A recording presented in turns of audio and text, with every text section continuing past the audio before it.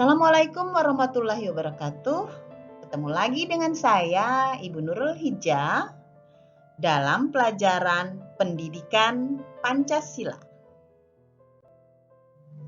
Kali ini kita akan berbicara tentang Undang-Undang Dasar Negara Republik Indonesia tahun 1945 dengan sub Pengenalan Konstitusi dalam Pengalaman Hidup Sehari-hari. Tujuan kita belajar kali ini adalah agar kalian bisa mendeskripsikan tentang definisi, tujuan, dan jenis dari sebuah konstitusi. Lalu nanti Anda diharapkan bisa membuat kesimpulan sejarah tentang perubahan konstitusi yang pernah dilakukan di negara Indonesia. Pernahkah Anda terpikir atau munculkah pemikiran di kepala Anda, apa sih yang dimaksud dengan konstitusi? Dan apakah di Indonesia ini pernah berubah konstitusinya? Mau tahu jawabannya? Perhatikan dan simak penjelasan berikut ini. Oke, kita mulai. Konstitusi adalah sebuah hukum dasar yang tertinggi yang berisi tentang tata penyelenggaraan sebuah negara. Itu pengertian dari konstitusi secara umum. Nah, konstitusi ini punya tujuan. Secara umum, tujuan konstitusi itu adalah pertama, untuk mencapai keadilan, lalu mencapai ketertiban, dan mewujudkan nilai-nilai yang ideal yang dirumuskan dalam tujuan sebuah negara. Ini atau tujuan ini dirangkum oleh Jimli Asidik. Itu tujuan konstitusi secara umum.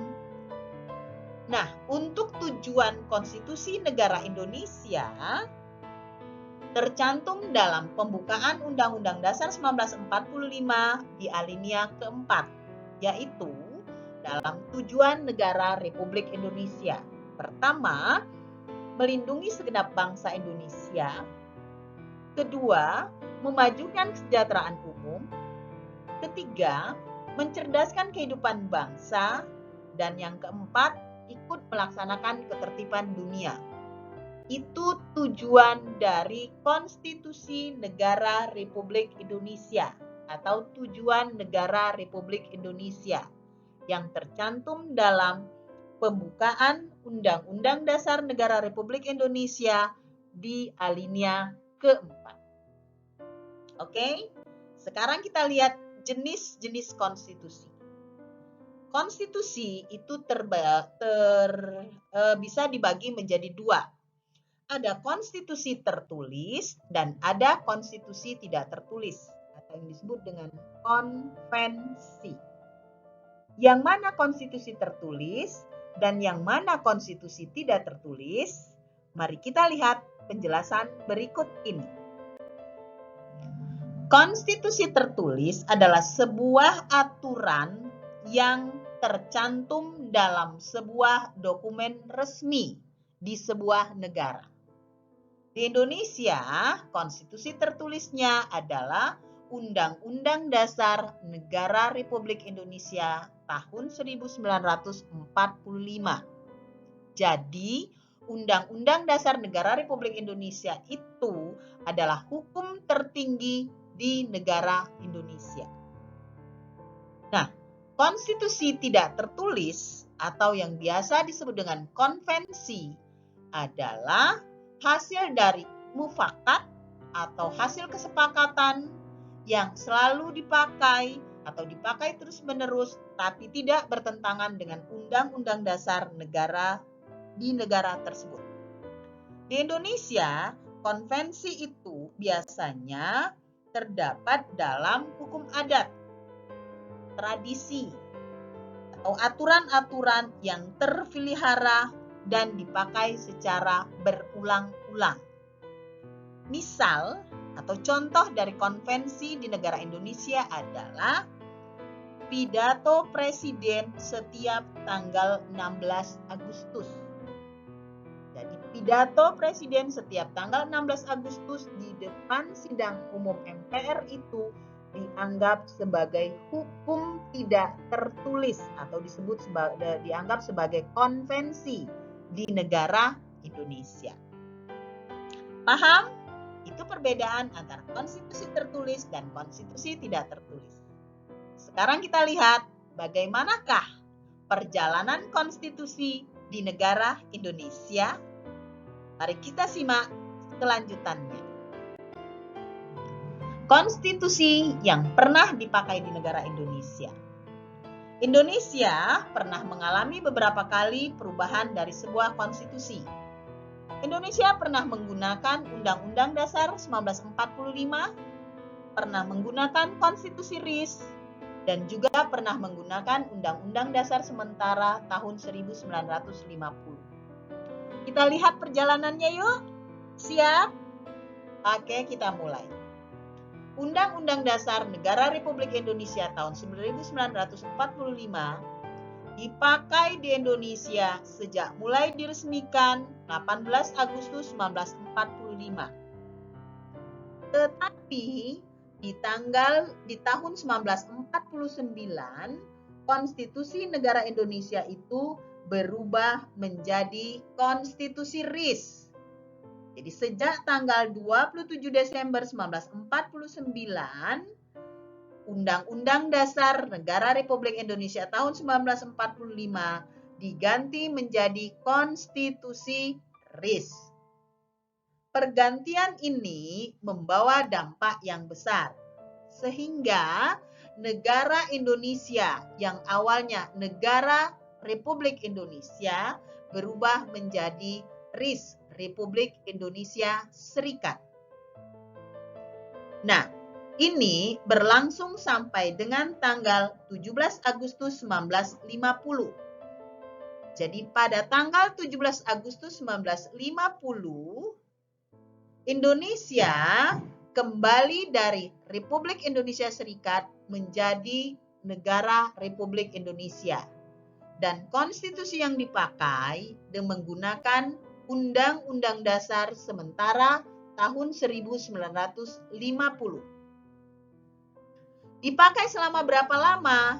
Jadi Undang-Undang Dasar 1950 ini dipakai dari mulai tanggal 17 Agustus 1950 sampai dengan 5 Juli 1959. 5 Juli 1959, Presiden Soekarno mengeluarkan dekret yang menyatakan kembali ke Undang-Undang Dasar 1945. Maka sejak itu, negara Republik Indonesia kembali menggunakan Undang-Undang Dasar 1945 sampai dengan sekarang. Itulah perjalanan konstitusi yang pernah atau perubahan yang pernah dipakai di Indonesia. Akan tetapi, setelah cukup lama berlalu, maka di tahun 1999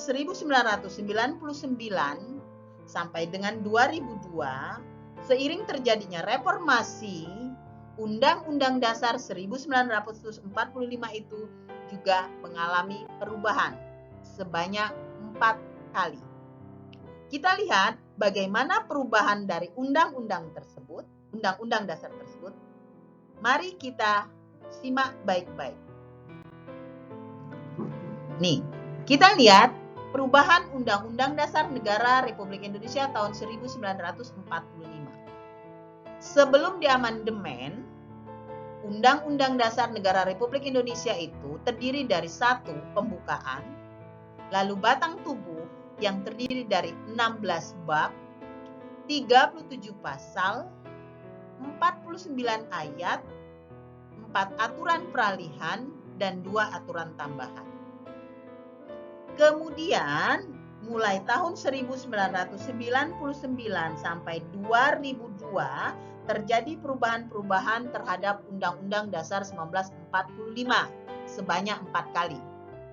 Secara garis besar, perubahannya itu adalah sudah amandemen Undang-Undang Dasar 45 itu terdiri dari pembukaan, batang tubuh yang terdiri dari 21 bab, 37 pasal, dan 170 ayat, ditambah dengan 3 aturan peralihan dan 2 aturan tambahan. Itu perubahan yang terjadi terhadap Undang-Undang Dasar 1945 dalam kurun waktu 1999 sampai 2002.